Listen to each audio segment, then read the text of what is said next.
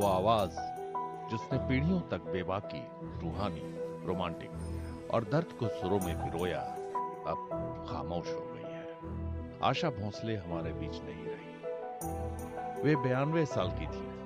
लोग उनकी आवाज सुनकर जागते थे, सोते थे, उनकी आवाज के जरिए प्यार करते थे, पिछड़ते थे और नाचते थे। मंगेशकर बहनों में एक आशा भोसले ने करीब 8 दशक तक हिंदी पार्श्व गायन की पहचान बुलंद की। हालांकि बड़ी बहन लता मंगेशकर पहले मशहूर हुई, लेकिन आशा ने अपनी आवाज और शख्सियत से पार्श्व गायन की अवधारणा को नया आयाम दिया। उन्होंने एक बार कहा था, मेरे लिए संगीत सांस लेने जैसा है। यह विश्वास उनका जीवन संगीत था। आशा ताई का निधन रविवार को मुंबई के ब्रीच कैंडी अस्पताल में हुआ। इसके साथ ही 8 दशक से ज्यादा समय तक सुर छेड़ने वाली आवाज खामोश हो गई।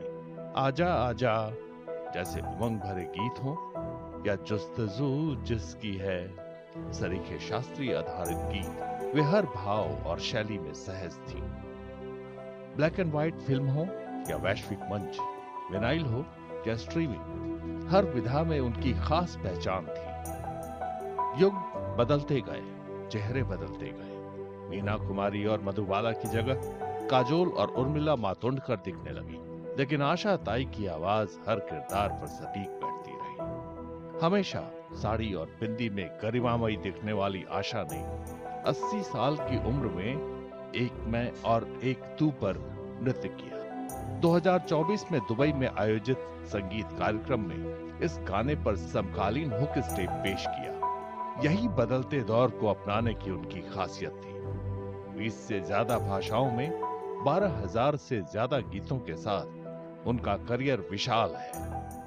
1933 में जन्मी और पिता दीनानाथ मंगेशकर से प्रशिक्षित आशा ने कम उम्र में ही अपना करियर शुरू कर दिया था।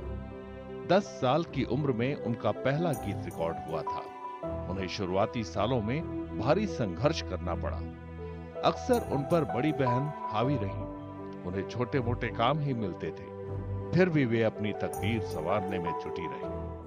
1950 के दशक में संगीतकार ओपी नैयर के साथ उनकी कामयाबी ने फिल्म संगीत को आधुनिक स्वरूप दिया।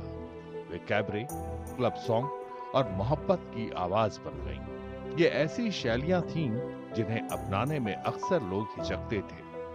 1960 और 70 के दशक में आर.डी. बर्मन के साथ उनकी जोड़ी ने हिंदी फिल्म संगीत की रूपरेखा बदल डाली।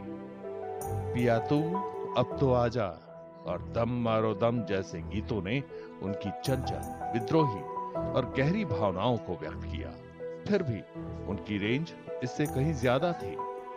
दिल चीज क्या है जैसे गजलों से लेकर पॉप संगीत तक। उनकी उपलब्धियों में कई राष्ट्रीय फिल्म पुरस्कार, फिल्म फेयर पुरस्कार, दादा साहेब फाल्के पुरस्कार और पद्म विभूषण शामिल हैं।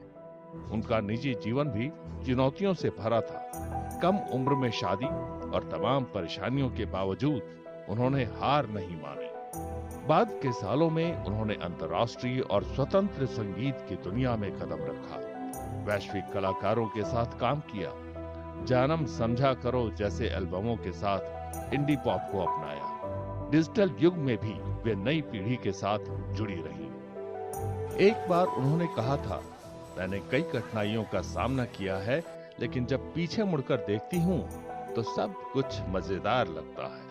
अभी न जाओ छोड़कर से लेकर मेरा कुछ सामा तक उनके गीत आज भी सदाबहार हैं। आशा भोसले सिर्फ एक गायिका नहीं थी, बल्कि निरंतर विकसित होने वाली प्रेरणा भरी आवाज थी, जिसमें चंचलता थी, जो मार्मिक थी और आनंद से भरपूर थी।